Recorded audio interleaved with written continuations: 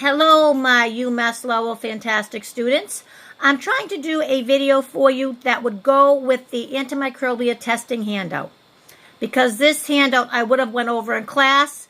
It's more information that you got on the PowerPoint or even in the lab manual. So what to do is when you open up this handout, try to open up my YouTube under it or minimize the YouTube so you can hear me go over this handout. And obviously, if you have a printer, it's actually great to have these handouts printed out, and you can listen to it that beside looking at it. So whatever way you can do it, hopefully this helps. The antimicrobial testing handout, antimicrobial agents. These are natural and chemical substances that inhibit or kill infected pathogens. These include antibacterial, antifungal, antiparasitic, and antiviral. So when we talk about antimicrobial agents, they're not just for bacteria. We have them for all different organisms. So as we see antiviral, that's why they're trying to make an antiviral for the COVID-19. And they're even trying some other antivirals that are already made. Viruses are hard to make an antimicrobial agent against, but they do have some that do work. So anyway, so that's antimicrobial agents are the group of all of them, okay? Then we have antibiotics, which I did mention a little bit in the PowerPoint. And these are antimicrobial agents that are naturally obtained from other microbial organisms. And antibiotics will actively kill or inhibit infection pathogens. So the examples we have, and you saw this in the PowerPoint, is the mold penicillium. And you know, obviously, that makes penicillin.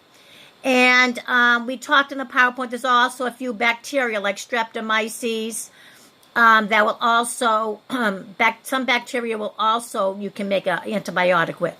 As I told you in the PowerPoint, and I'll say it again, when you look at your lab report and you hear me talking, we all just go back to antibiotics. Doctor will say to you, I'm going to put you on this antibiotic. It's not always really an antibiotic because it's not really antimicrobial agent made from another organism. But we just use the term loosely. But really, to know, like for the exam and for everything, antibiotics are just antimicrobial agents that are made from natural organisms, okay? It's not made of synthetically from a sulfur or a chemical compound. They're always made from another microorganism. So you really should know that.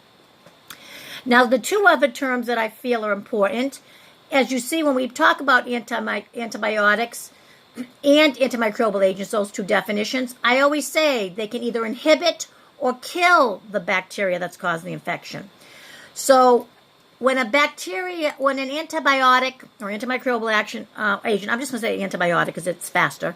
When we have an antibiotic that can only inhibit the bacterial growth. That means it stops the bacteria from growing.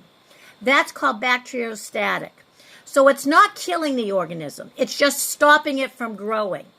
And an example of this is clindamycin. You don't need to know examples, I have to memorize which antibiotic is bacteriostatic. No, you just need to know that bacteriostatic means it just inhibits, it stops the growth of the organism. Whereas bactericidal, and I always think of suicidal, so you think of kill. A bactericidal antibiotic or antimicrobial agent is one that actually will kill the organism. And an example of this is vancomycin. So you can have antimicrobial agents, and some of those antimicrobial agents are really antibiotics because they're made from organisms. And all antimicrobial agents are either bacteriostatic or bactericidal. Okay? You know from your PowerPoint in your handout that the test we do is called the Kirby-Bauer, and it's a disc diffusion antibiotic sensitivity test. And this is when we drop the discs of different antimicrobial agents on our Mueller-Hinton, and we measure the zone of inhibitions. And the next term is zone of inhibition. So with the Kirby-Bauer, we're going to take a ruler, and you put the ruler that has millimeters, and centimeters and millimeters were on the ruler, and you would measure the diameter in millimeters. That is important. You don't measure it in centimeters, you measure it in millimeters, and the diameter means going from left to right. You're not measuring the radius. You're measuring or circumference. You're measuring the diameter from left to right. Okay? And then you would write down what the millimeters are. Again, the only agar you can use to do a Kirby-Bauer is Mueller-Hinton agar, because this agar lets the antimicrobial agents that are on those discs diffuse through the agar. If you try doing any other agar, it would not work, or the zone measurements are incorrect.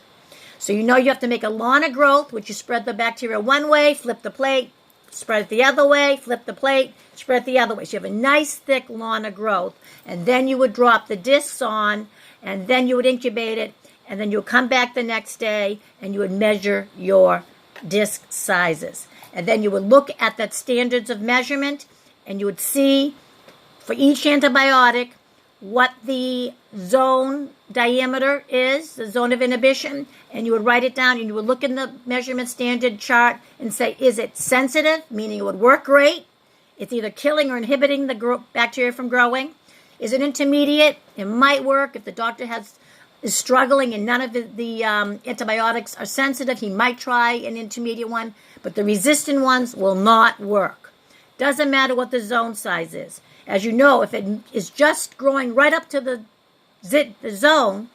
disc, that's 6. I know in the lab report they gave you, they put 0. There's no way, because you measure the disc, the zone. When you measure the zone, you're measuring the disc in it. So if it grows right up to the disc, it's a measurement of 6. They put 0. That is incorrect.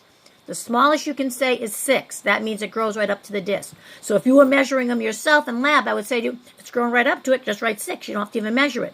But if you put the ruler up to the disc, it's 6.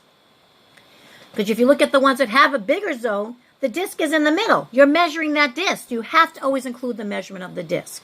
That's how it works. Okay, hope this handout helps. And if you have any questions, email me. Also, make sure you look at the field and lab report. And as I said, this lab manual, this chapter really helps you a lot.